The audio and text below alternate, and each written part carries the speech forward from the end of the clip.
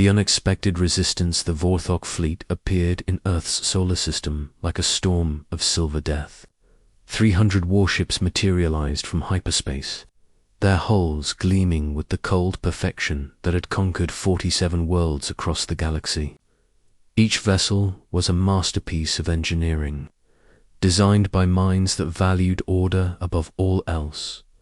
Commander Zexnine stood on the bridge of his flagship and studied the blue-green planet below. According to his intelligence reports, Earth was home to a species called humans. They were young, primitive, and divided into numerous warring factions.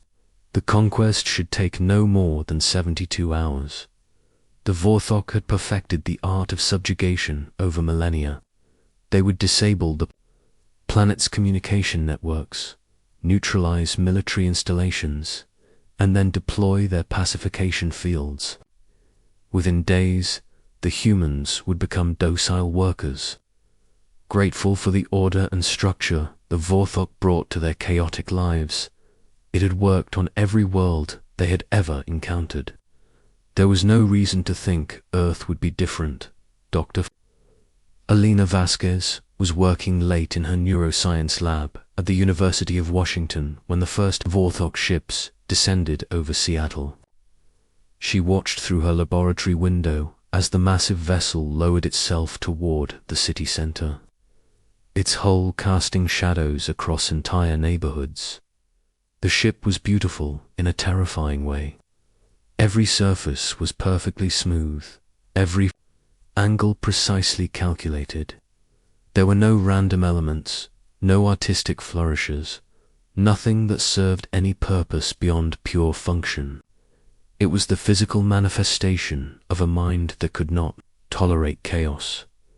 Alina had spent her career studying human consciousness, particularly the role of randomness and creativity in neural networks. As she watched the alien ship deploy strange devices that began emitting invisible waves across the city, she realized she was witnessing the first stages of what could only be an invasion. Within hours, reports flooded in from around the globe. Similar ships had appeared over major cities on every continent. The aliens had sent a message in perfect English, announcing themselves as the Vorthok Collective. They claimed to come in peace, offering to help humanity achieve its full potential. Through order and discipline, the message explained that human society was chaotic and inefficient. Wars, crime, and suffering were the inevitable results of humanity's disorganized thinking. The Vorthok could fix these problems by restructuring human neural patterns to be more logical and cooperative. Alina felt a chill run down her spine as she read the translation. The aliens weren't just invading Earth. They were planning to rewire human brains. Marcus Chen had been expecting something like this for years. As a former Special Forces operative, he had always believed that Earth would eventually face an external threat that would make all human conflicts seem petty by comparison. He just hadn't expected the threat to come from space.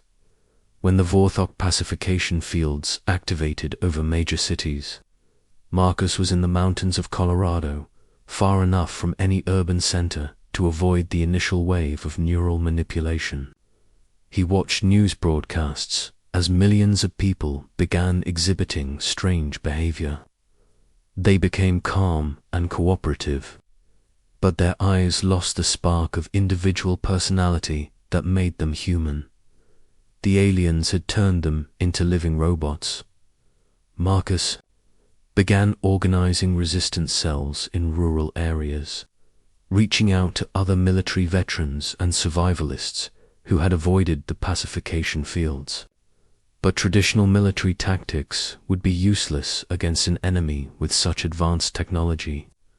The Vorthok had conquered 47 worlds using the same methods. They understood conventional warfare better than humans ever could. What the aliens didn't understand was that humans weren't conventional. Alina made a discovery that would change everything while studying brain scans of people who had been exposed to the Vorthok pacification fields. The alien technology worked by imposing artificial order on neural networks, suppressing the random firings and chaotic connections that the Vorthok saw as inefficient. But those random firings weren't inefficient at all. They were the source of human creativity, intuition, and unpredictability. By suppressing chaos, the aliens were also suppressing the very qualities that made humans dangerous opponents. More importantly, Alina discovered that some people were naturally resistant to the pacification fields. These individuals had neural patterns that were so chaotic and unpredictable that the alien technology couldn't establish the orderly connections it needed to function. The people with the strongest resistance were artists, musicians, writers, and others whose minds operated in fundamentally nonlinear ways.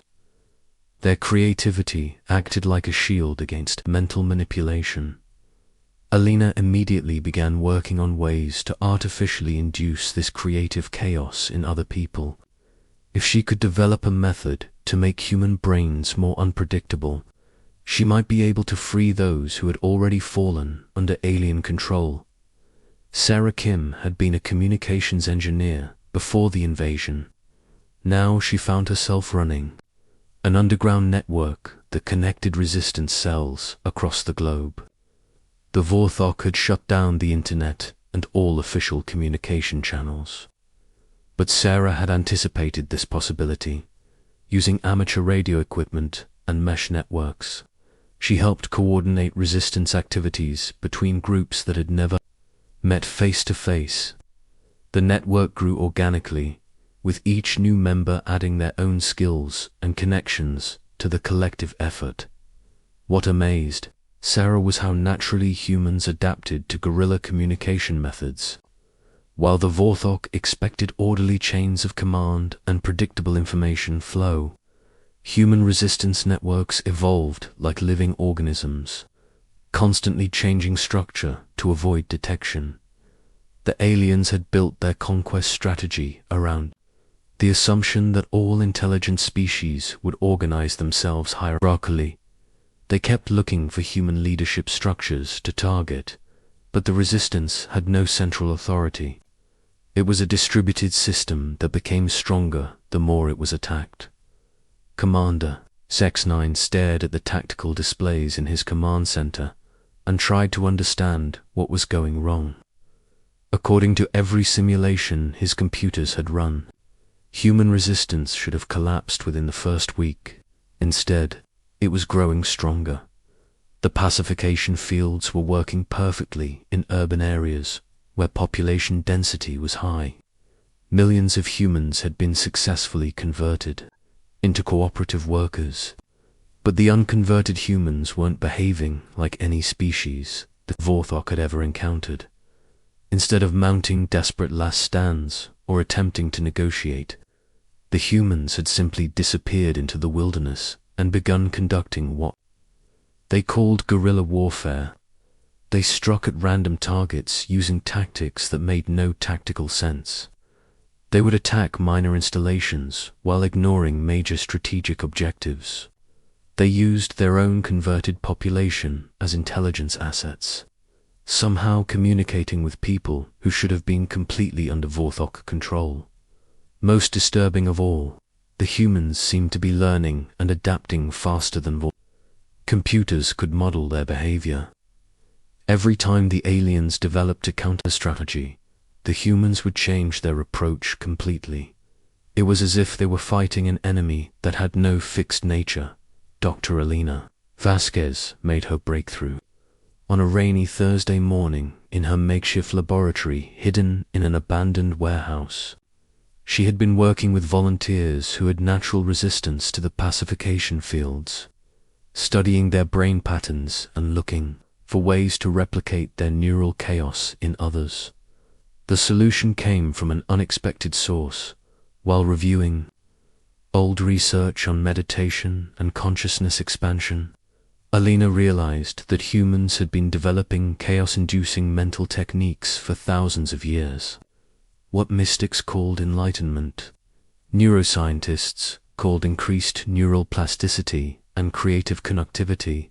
By combining ancient meditation practices with modern neurofeedback technology, Alina developed a training program that could teach anyone to resist Vorthok mental manipulation.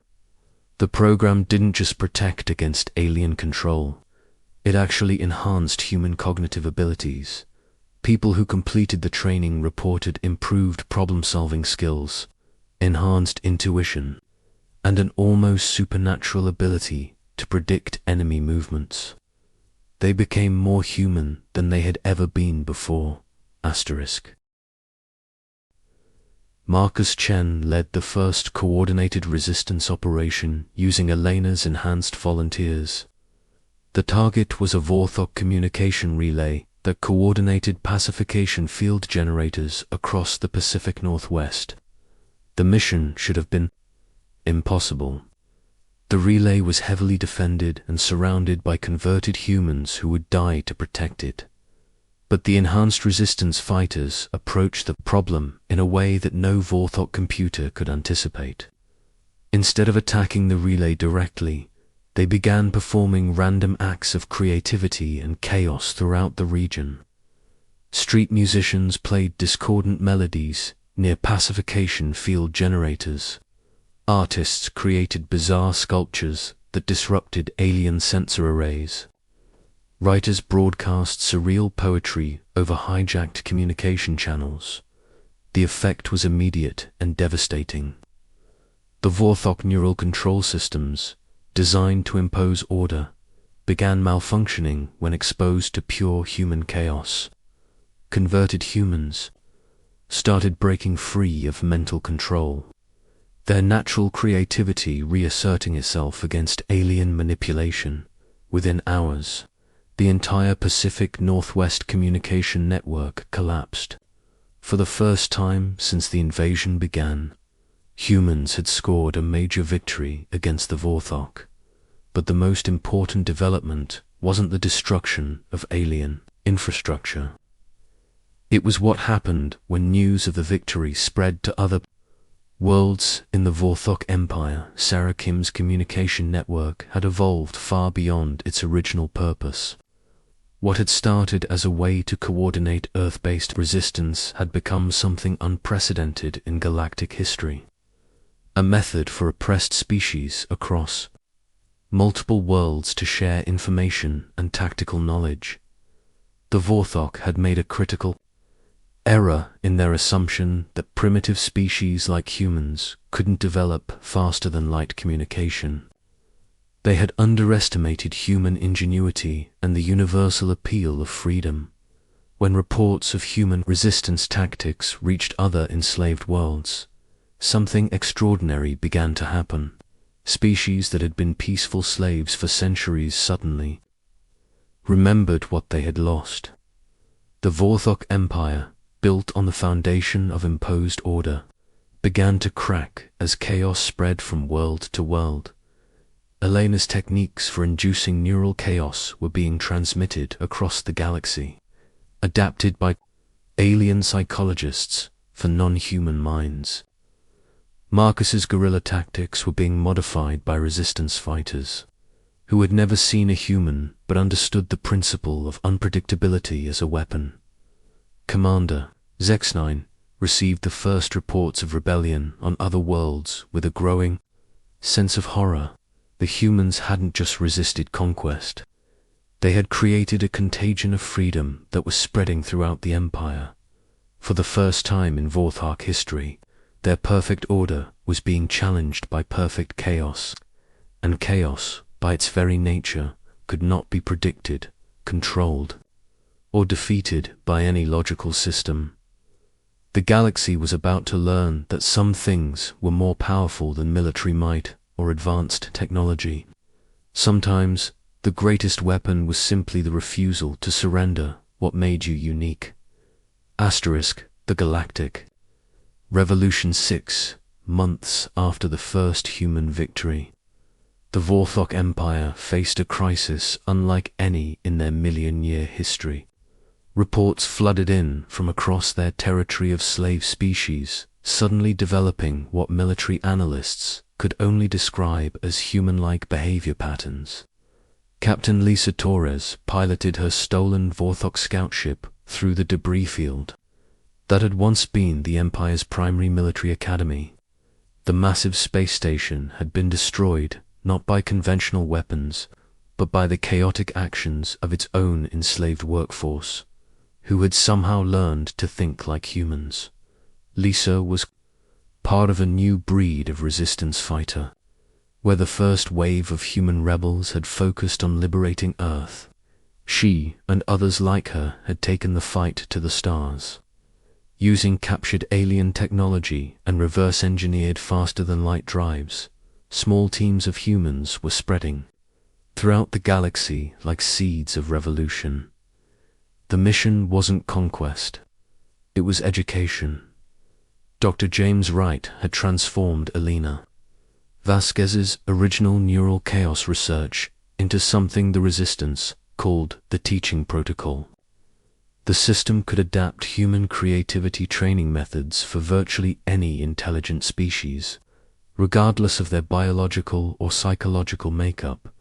James had discovered that the principle behind human resistance wasn't actually unique to humans. Every intelligent species possessed some form of creative chaos in their neural patterns. The Vorthok had simply become very good at suppressing it through generations of selective breeding and mental conditioning. What made humans special wasn't that they were more creative than other species. It was that they had never allowed that creativity to be completely eliminated from their culture, even under the most oppressive regimes in human history. Artists and dreamers had found ways to preserve the spark of imagination. Now that spark was spreading across the galaxy like wildfire. Catherine had been a slave for so long that freedom felt like a disease. The alien had spent 3 centuries working in the mineral processing plants of Vorthok Prime, never questioning orders, never thinking beyond the immediate task at hand. The neural suppressors implanted in their brain had made independent thought physically painful, but when the human transmission reached their world, something changed. The broadcast wasn't a military communication or a political manifesto. It was a simple piece of human music, a jazz composition full of improvisation and unpredictable rhythms. The music bypassed Kethra's logical mind and spoke directly to neural pathways that had been dormant for centuries. For the first time in 300 years, Kethra experienced what humans called wonder. Within days, that wonder had transformed into something far more dangerous: hope. Kethra began secretly teaching other slaves the meditation techniques the humans had developed. The practices were simple but revolutionary. Instead of trying to think more logically, as the Vorthok demanded, the exercises encouraged chaotic thought patterns, random associations, and creative leaps of imagination. The neurals designed to punish ordered rebellion were completely unprepared for chaos-based resistance. The more randomly Kethra and the other slaves thought, the less effective the control systems became. Within months, Vorthok Prime was experiencing its first slave rebellion in over 50,000 years. But this wasn't a conventional uprising with clear demands and negotiable objectives. It was pure creative anarchy that the Vorthok couldn't understand, predict, or counter. Admiral Vorthbrim, supreme commander of the Vorthok military, stood in his strategy chamber, surrounded by holographic displays showing the collapse of his empire. Red indicators marked worlds in active rebellion. Yellow warnings showed planets where slave productivity had dropped to 0. Green sectors, indicating normal operations, had virtually disappeared from the galactic map. The humans had accomplished in less than a year what no enemy had managed in 1,000,000 years of Vorthok expansion. They had made order itself into a weakness. Every Vorthok strength had become a liability. Their perfect coordination made them predictable. Their logical thinking made them unable to adapt to illogical tactics. Their unified command structure meant that chaos in one location spread throughout their networks like a virus. Vor. Thrime's analysts had spent months trying to develop countermeasures against human-style warfare, but every solution they proposed required the Vorthok to become more like humans. They would need to embrace unpredictability, encourage individual initiative, and abandon the rigid hierarchies that had defined their civilization for millennia. In other words, they would need to stop being Vorthok. The Admiral made the only decision that his logical mind could accept. If order could not defeat chaos, then chaos had to be eliminated completely. He issued orders for the systematic destruction of every world showing signs of rebellion. Starting with Earth itself, it was a decision that would determine the fate of the galaxy. Marcus Chen received the intelligence about the Vorthok extermination fleet while coordinating resistance operations from a hidden base in the asteroid belt. The alien armada consisted of over 1,000 ships equipped with planet weapons. They planned to sterilize Earth and every other rebellious world, then repopulate them with more compliant species. But Marcus had learned something important during his months of fighting the Vorthok. The aliens' greatest strength was also their greatest weakness. Their ability to coordinate massive fleets depended on their hierarchical command structure and predictable communication protocols. Asterisk. Unpredictable systems could be hacked. Sarah Kim had evolved her communication network into something unprecedented in galactic history. Using a combination of human ingenuity and captured Vorthok technology, she had created a faster vanlight information system that connected every rebellious world in real time. When the call went out for volunteers for the most dangerous mission in human history, the response was overwhelming. Beings from dozens of species, many of whom had never seen a human, volunteered to sacrifice their lives for a chance at permanent freedom. The plan was simple in concept, but required perfect timing across hundreds of star systems. Every resistance cell in the galaxy would launch simultaneous attacks on Vorthok command and control infrastructure. The goal wasn't to destroy the Empire's military forces, but to create enough chaos to disrupt their coordination networks. Without their ability to maintain perfect order, the Vorthok fleet would become vulnerable to the one thing they had never learned to fight: pure randomness. Alina Vasquez had spent months developing her ultimate weapon against Vorthok mental control. The Chaos Amplifier was a device that could broadcast pure human creativity across interstellar distances. It didn't control minds or impose thoughts. Instead, it awakened the dormant creative potential that existed in all intelligent life. When the device activated from its hidden location in the Sol system, every thinking being within 1,000 light-years experienced a moment of perfect creative freedom. Enslaved species remembered what they had lost.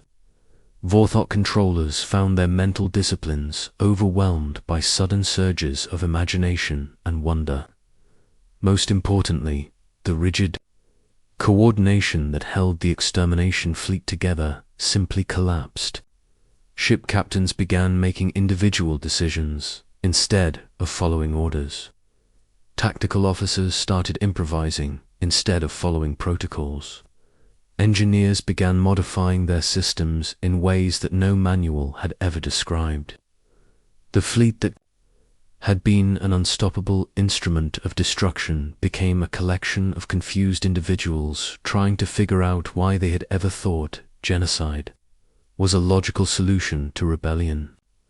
Captain Lisa Torres led a small group of human and alien fighters in the final assault on Admiral Vorth Prime's flagship. The massive vessel was in chaos, its crew overwhelmed by their first experiences with creative thought in centuries. The Admiral himself was found in his private chambers, staring at a piece of human art that one of his subordinates had shown him. It was a simple sketch of a sunset, drawn by a child on Earth before the invasion. The image made no logical sense as a weapon or tool, yet Vorth Prime couldn't stop looking at it. For the first time in his life, the supreme commander of the Vorthok military was experiencing beauty for its own sake.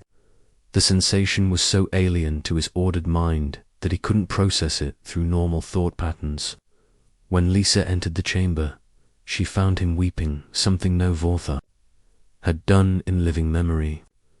The surrender came not through military defeat, but through a transformation that no one had anticipated. Faced with the choice between destroying their own capacity for wonder or abandoning their empire, the Vorthok chose wonder. The process wasn't instant or easy. Millions of beings had to learn how to think creatively after lifetimes of imposed order. Entire worlds had to rebuild their cultures around freedom instead of efficiency. The Vorthok themselves faced the challenge of finding their place in a galaxy that no longer needed or wanted their version of perfect order. But for the first time in galactic history, dozens of species were working together not because they were forced to, but because they chose to. The alliance that emerged from the rebellion wasn't based on military might or political necessity. It was founded on the simple recognition that diversity and creativity were more valuable than uniformity and control. Dr. James Wright established the Galactic Institute for Creative Development on a space station built from the wreckage of former Vorthok command ships. The facility's mission was to help liberated species rediscover their unique cultural and creative traditions while learning to work together in harmony. The Institute's motto, written in hundreds of languages, captured the lesson that humanity had taught the galaxy. Order without freedom is death. Freedom without responsibility is chaos. True strength comes from choosing to create rather than control. Humanity had given the galaxy something more precious than military victory. They had proven that it was possible to resist any form of tyranny, no matter how advanced or powerful, simply by refusing to surrender the qualities that made each species unique. The greatest weapon in the universe, it turned out, was not technology or strategy or superior numbers. It was the unquenchable desire to remain free to be yourself, no matter the cost. And that weapon, once awakened, could never be defeated. As Earth rebuilt from the invasion and took its place as the cultural heart of the new galactic alliance, humanity faced a future unlike anything they had ever imagined. They were no longer alone in the universe, and they had learned that their chaotic, creative, unpredictable nature wasn't a flaw to be corrected. It was their greatest gift to the cosmos. The galaxy would never be the same, and for the first time in 1,000,000 years, that was exactly as it should be. Asterisk.